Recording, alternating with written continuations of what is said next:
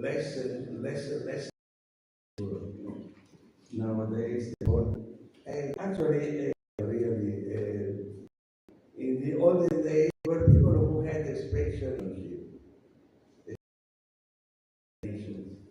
Abraham became, because he had this special relationship with his God. His faith was a great faith.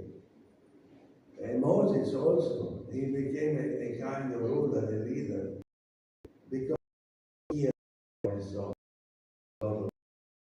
he could see fire, he could see, he could have a very important experience, a special right, a special power to rule the people. So everything, this kind of ruling power came from this special experience of God. At least at the very beginning of the history of Israel, the ruler of the people, of the tribes, should have a special relationship with God. Not only because he wanted to rule the love of God, the presence of God. In the history of Israel, the first king was Saul. He was a very good ruler, actually, in the beginning. But then everything went sour. And he finished in a very violent way. After him was the very great king of David. David, he was a very important ruler. He had a very important task to make the kingdom sound. And he had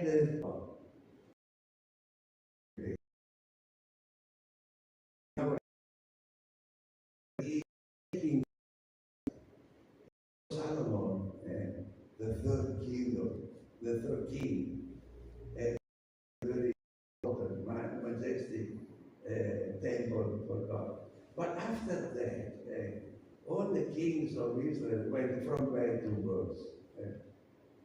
And after very short term of time of history, they were accused of being traitors by the people of Israel.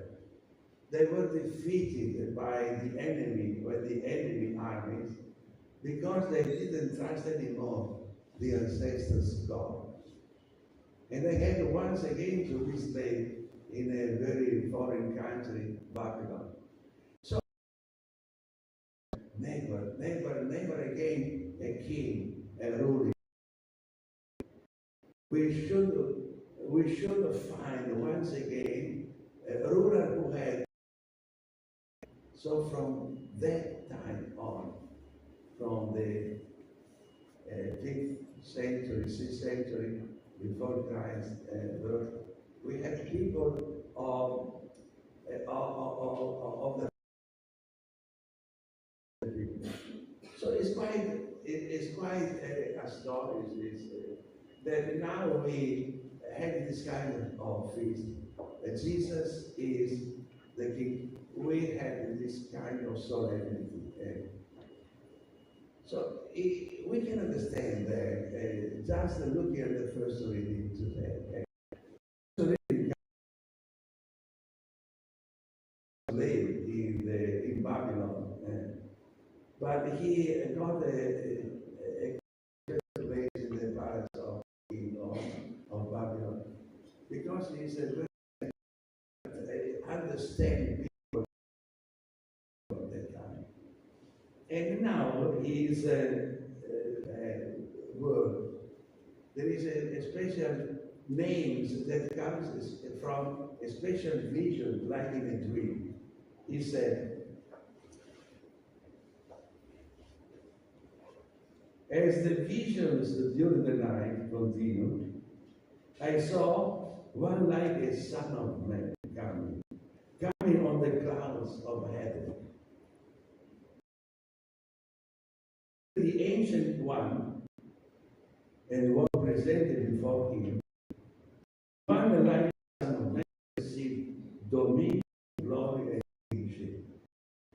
So in this kind of vision, this kind of dream, Daniel can see this guy, a special one, like a son of man, like son of man, but he is different from, maybe much more important than the normal son of man.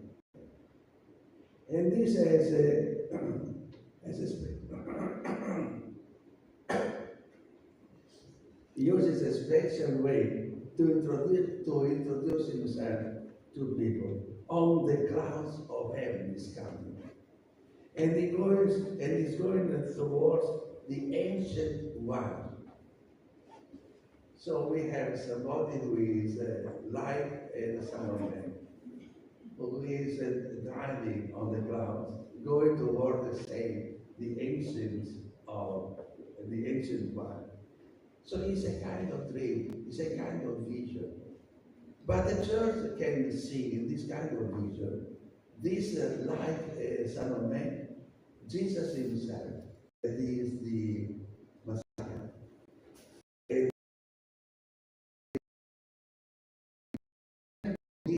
So it is much appropriate to call Jesus himself the Son of Man. So it's quite easy to understand why the church is calling Jesus the Messiah, the King. And because he's described in the book of Daniel, he's described like a king himself. And according to the book of Isaiah, the prophet Isaiah, Isaiah is speaking about somebody who in the future will come the people of Israel to give a new beginning to the people and the adventure of life of Israel. He's describing this kind of man, Messiah, like a king once again. So it's easy to understand why the church calls Jesus the King. But look, if we go to the gospel of today, we can see something different from this kind of picture. Great person, power, is about the entire night he could not sleep. He was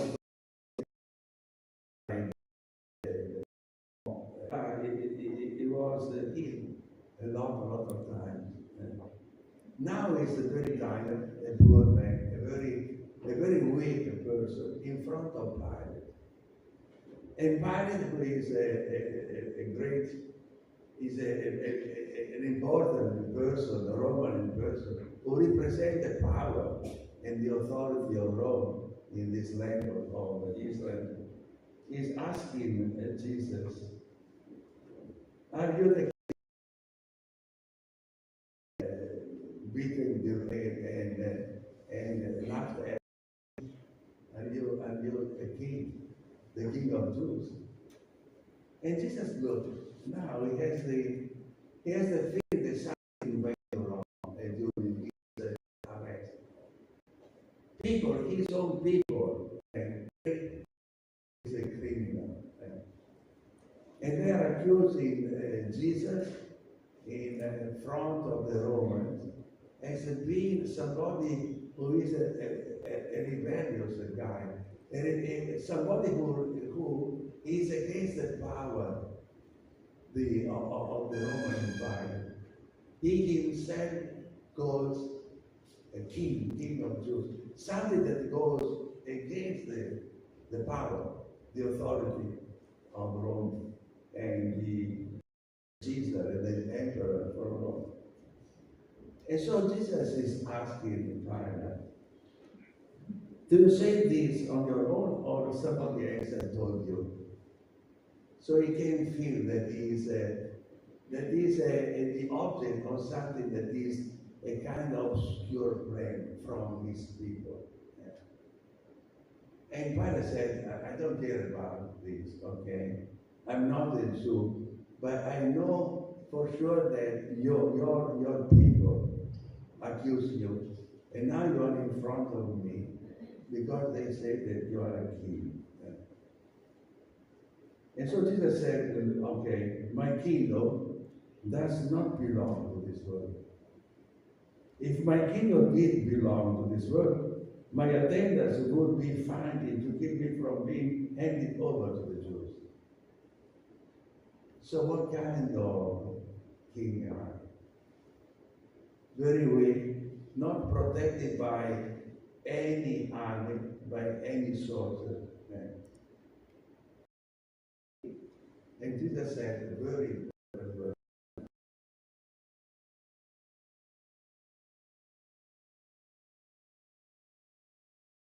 For this I was born, and for this I came into the world, to testify to the truth. Everyone who belongs to the truth listens to my voice. So Jesus said, yes, I am king. And for this I came into the world, to testify about the truth. If we go through the book of John, the Gospel of John, a lot of times you can find this word truth. And all the time you will be united with me. And the words, and my words are my Father's words. And you become united through me with the Father. And the words of my Father is love.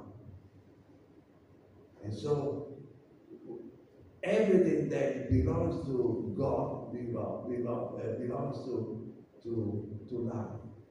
And this is the way to reach a very special truth. That is the truth that Jesus wanted to pronounce, to be a witness in this world. I came and I came because I want to testify, to be a testimony of the truth. And so the testimony for this truth is about testimony of love. Jesus after for love. And this kind of love make people understand the real truth about God. God is somebody who commits himself for people's sake to protect.